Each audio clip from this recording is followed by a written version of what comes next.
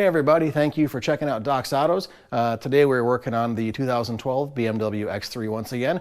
And a short little bit here, we are just going to work on pulling out this core support. So you can see these bolts are pushed in just a hair. Nothing too severe, there's no other damage or crumples anywhere. So we're just gonna go ahead and push or pull this back, that 3/16 of a quarter of an inch. And that will help line up our front end when we start putting everything back together.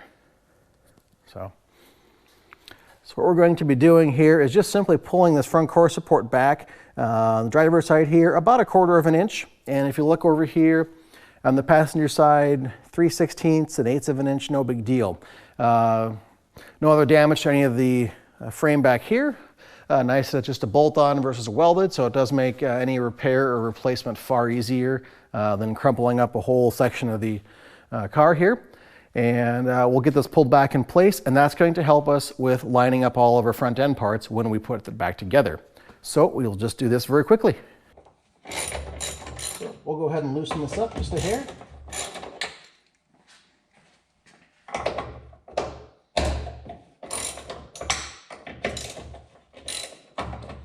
And pull everybody back out in place. And really, that's all it is. Not a tight fit, not a big challenge. Just pull it back out, match up where the old bolt holes were and all the grime layers. A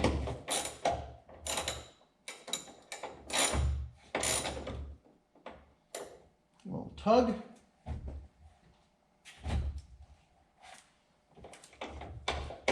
And there it is.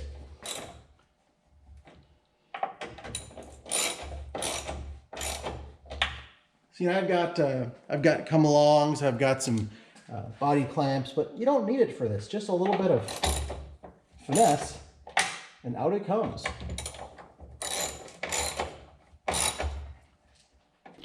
And just like that, our core support is back up in the right direction. You can see here's our new kind of little grime spot where it was pushed back to, but you can see up at the top where the bolt was, that's where it had rested since its inception. And we are all back and good to go here.